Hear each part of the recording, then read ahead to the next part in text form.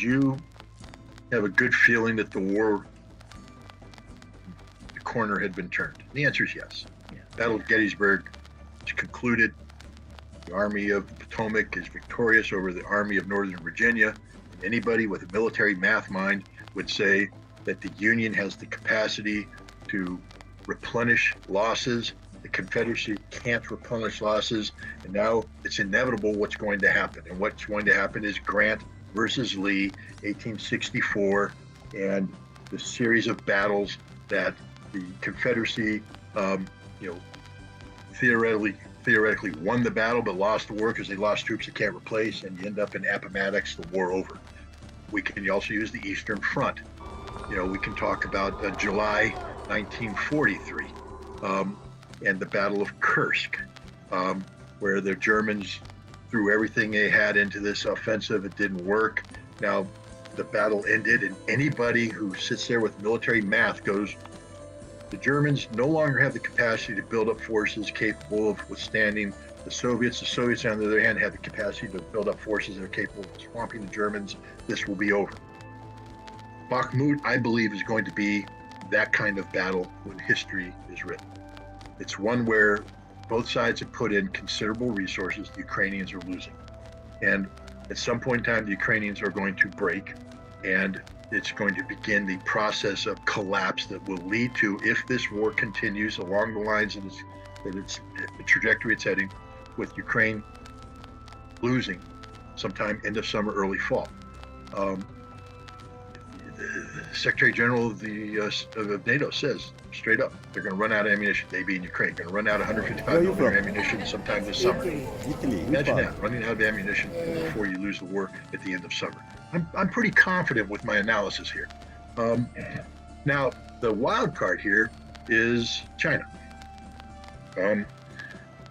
I can't say that the Chinese have timed this diplomatic offensive to Bakhmut.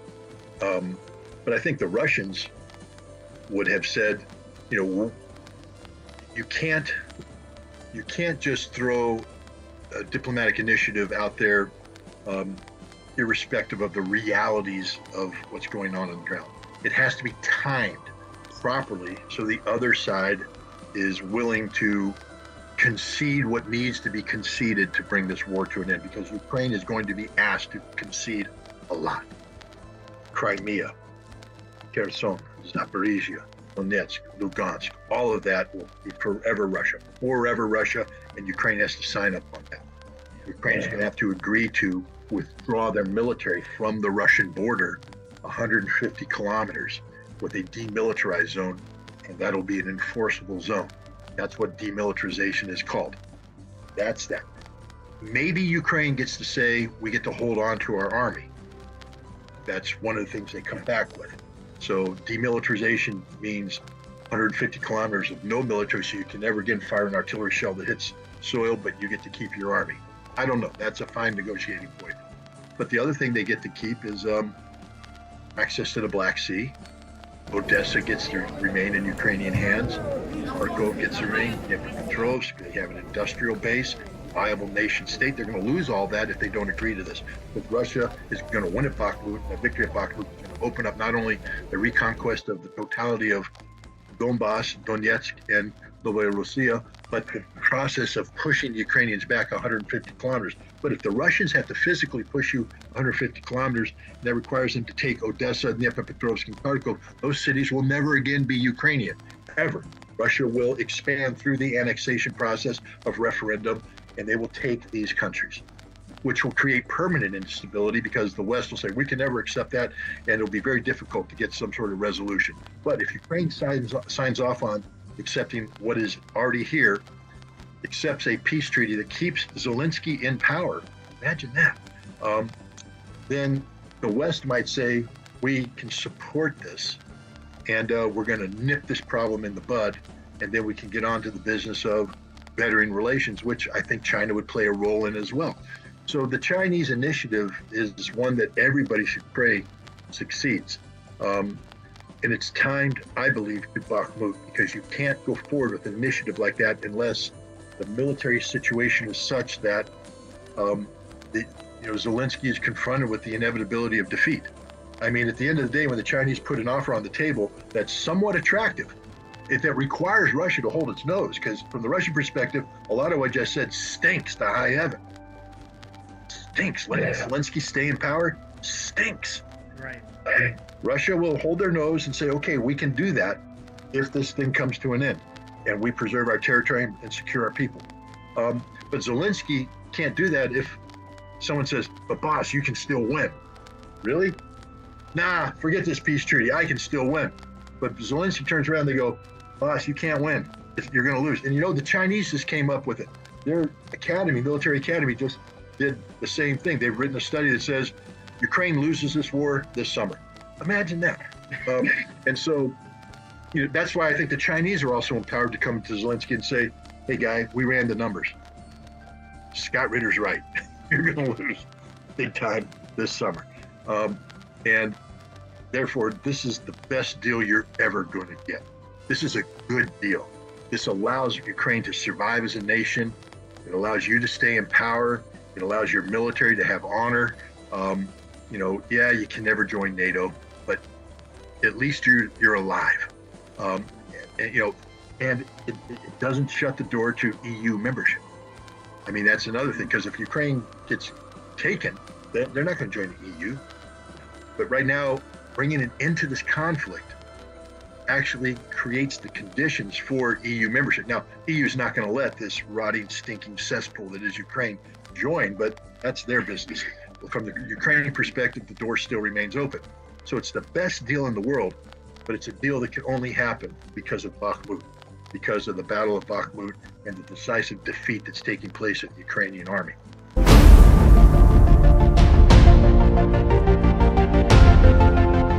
Russia's on the cusp of destroying Ukraine right now. I know, guys, we all read the Western media and it says that Russia's losing, Putin has cancer, and, all this stuff, but that's all a lie. Russia's winning the war. Ukraine's running out of ammunition. They're running out of men. Russia has a lot of ammunition, has a lot of men, and it's just the writing's on the wall.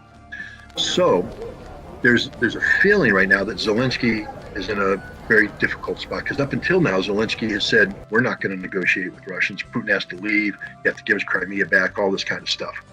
But now the West is sort of telling Zelensky, you're going to die. It's just that simple. You're going to lose the war, then you're going to die. And there's nothing we can do about that. And Zelensky's like, well, I don't want to die. And you're telling me I can't win the war, but what other options do I have? I've been shutting down every peace plan in the world, but not the Chinese peace plan. And so the Chinese are going to come in and talk with Putin. I think they're going to get Putin to agree to a framework, peace framework, that if presented to Zelensky and Zelensky accepts it without change, this isn't going to be a negotiation. This is going to be a dictation. This is what you have to accept. And if Zelensky says no, then the Chinese said, we gave it the good college try. Vlad, underlay, arriba, finish the job. And the Russians will go in and finish the job. And Zelensky will die and the West will be embarrassed.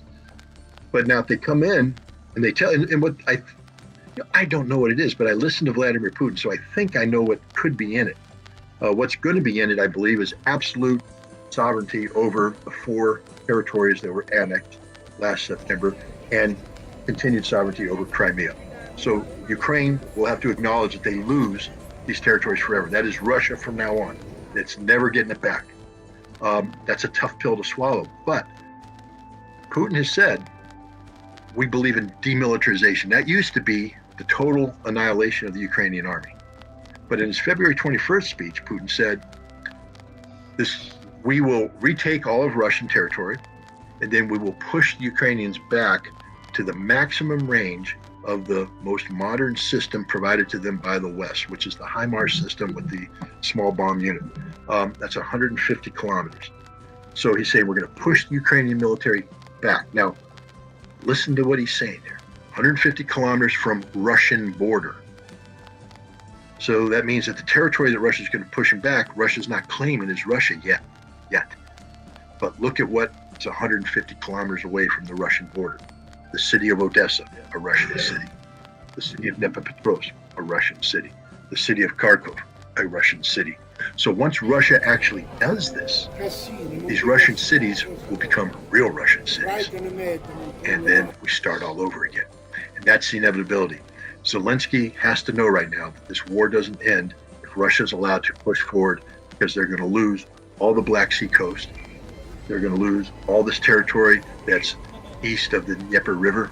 And Ukraine will be nothing. There'll be nothing left. And he's going to die. Zelensky will die.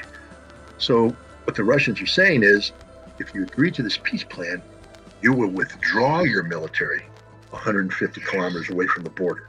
There will be a demilitarized zone here. It'll still be Ukraine. It's yours. Odessa is yours. Dnipropetrovsk is yours. Kharkov is yours. But your military can't be anywhere near this. And what's interesting is the implication is that the Ukrainian military gets to keep all the toys that they've been given.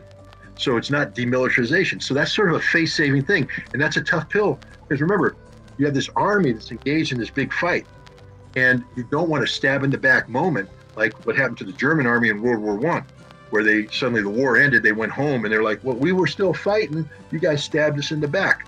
You don't want a Ukrainian army that says the same thing, because that becomes a political problem.